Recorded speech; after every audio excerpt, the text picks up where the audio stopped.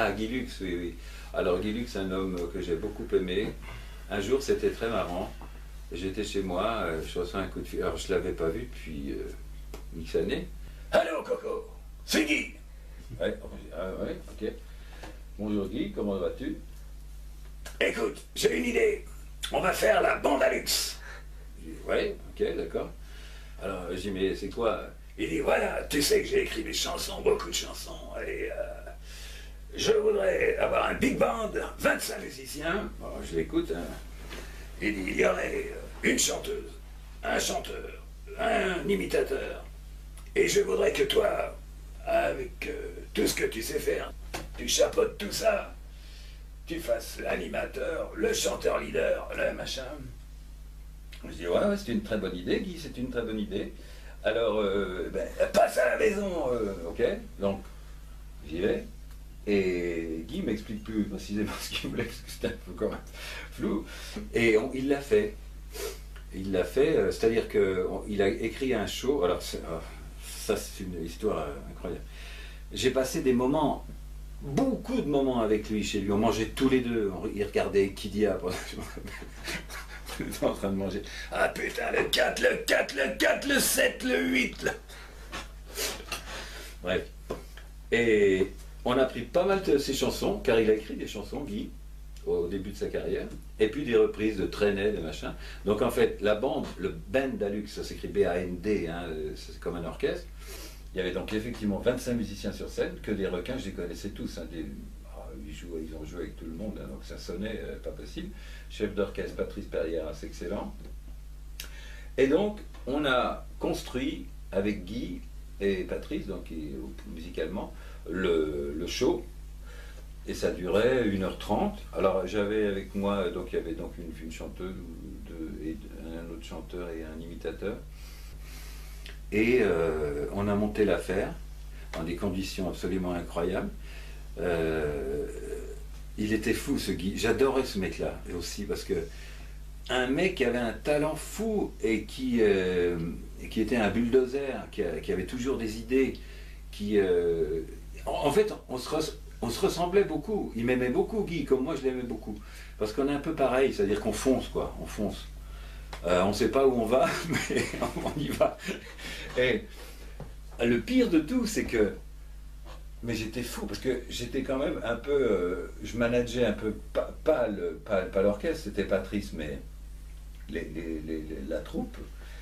Et un jour, il m'appelle, je sais pas, on monte, on va dans son château, à, je sais plus où c'était, je m'en souviens plus, pour mettre au point le spectacle, pour faire une chronologie, etc. Donc on travaille, on reste une semaine, je crois.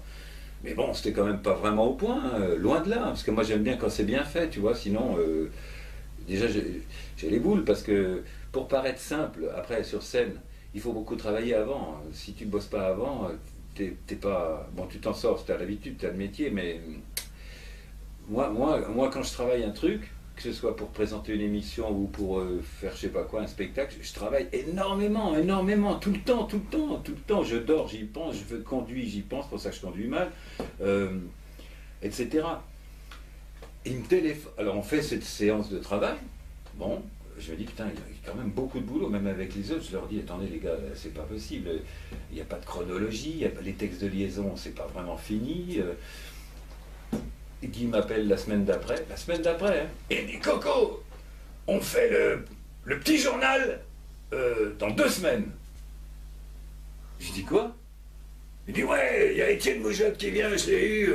Il dit il y a TF1, parce que tu comprends, on va faire une émission, je sais pas quoi. Je dis, oh. Je dis mais Guy, mais attends, mais tu rigoles, c'est pas possible. Je dis c'est pas au point. Enfin, ouais, mais tu vas s'en sortir avec votre talent et tout. Eh ben on l'a fait, hein. J'ai les images, hein. Ah, c'est pas mal. C'est pas mal. C'est pas mal. Bon, il y avait quand même beaucoup de talent sur scène, hein. Mais c'était limite. Et après, on en a fait quelques-uns, on a fait les casinos, et puis malheureusement, Guy est décédé l'année d'après, je crois. Donc ça s'est arrêté. Mais l'idée était excellente, l'idée était excellente. Et j'ai passé des moments avec ce mec c'est un peu péjoratif, avec cet homme, Formidable, formidable. Chez lui, un jour, il me dit, je vais te faire voir un truc. Mais vraiment, il me prenait comme si c'était son fils, c'est bizarre. Je sais pas pourquoi. On avait une accroche. Il me dit, regarde les idées d'émission. Voilà. Et il ouvre un classeur et il me fait lire des trucs qu'il avait inventés, hein, forcément. Mais il me fait penser un peu à Patrick Sébastien, c'est un mec qui a tout le temps des idées comme ça, etc. Et il me fait lire plein de thèmes, de synopsis, d'émissions, mais il avait quand même, Guy, à l'époque, 80, hein, je crois, quelque chose comme ça, mais super dans le coup, quoi. Super dans le coup. Mais là, je pense que la télévision française ne lui faisait plus confiance, et c'est un métier difficile. Je peux en parler moi à titre personnel. C'est un personnage que j'ai beaucoup aimé. Alors qui a été décrié par plein de gens. Moi j'ai vu un grand professionnel, un mec, mais vraiment carré, qui nous a demandé des services, qui nous a rendu des services. C'est-à-dire c'était jamais à sens unique. Je n'ai jamais eu de problème avec Guy Lux, sauf une fois, mais c'est pas sa faute. Et c'était pas un problème, je peux te raconter l'anecdote, mais ça se passe en 75,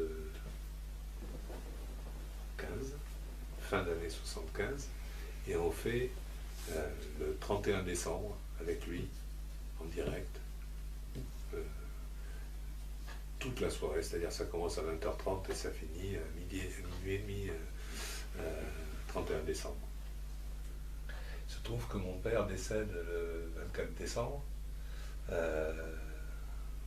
juste pour le réveillon de Noël, et que je l'enterre le 31 décembre, le matin. Mais bon, je ne veux pas qu'on en parle, c'est privé, c'est mon problème. Bon. Et bon, les autres sont là le matin, moi je ne peux pas, je suis à l'enterrement. Hein, donc, et j'arrive sur le tournage vers, je sais pas, midi et demi, 1h, pour faire la répétition, les sketchs qu'on a à faire, les internuméros, les coprésentations qu'on fait avec Guy Lux, voir les chansons, ou la chanson, je ne sais plus s'il y en avait une ou deux pour chanter, sur scène. Et toutes les heures, il y avait un spot en direct, à heure fixe, et où Guy Lux lançait l'émission du soir. Et donc il improvisait totalement, tu vois, il cherchait une idée, puis voilà, au moment où ça allait être le spot, il était sur scène, et puis il prenait quelqu'un, et moi je passe à ce moment-là, il y en a un qui va se faire, et il me dit, Jean-Guy, viens, et il me file une couronne mortuaire dans les mains, et il me dit, prends une tête d'enterrement, on enterre l'année 75.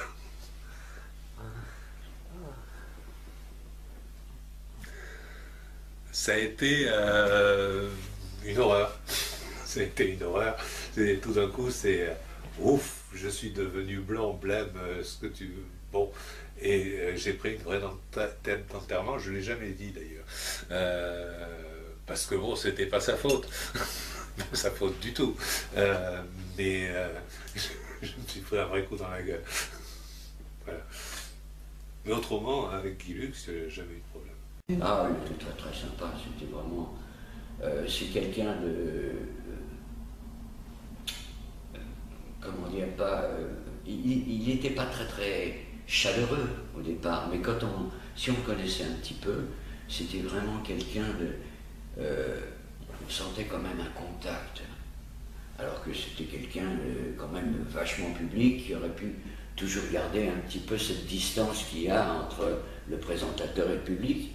Non, non, il était... Mais il voulait être le parrain de mon fils. Voilà, ça m'a étonné, j'étais très honoré de ça, parce que c'est quelqu'un que je respectais, qui était très public, et très respectable.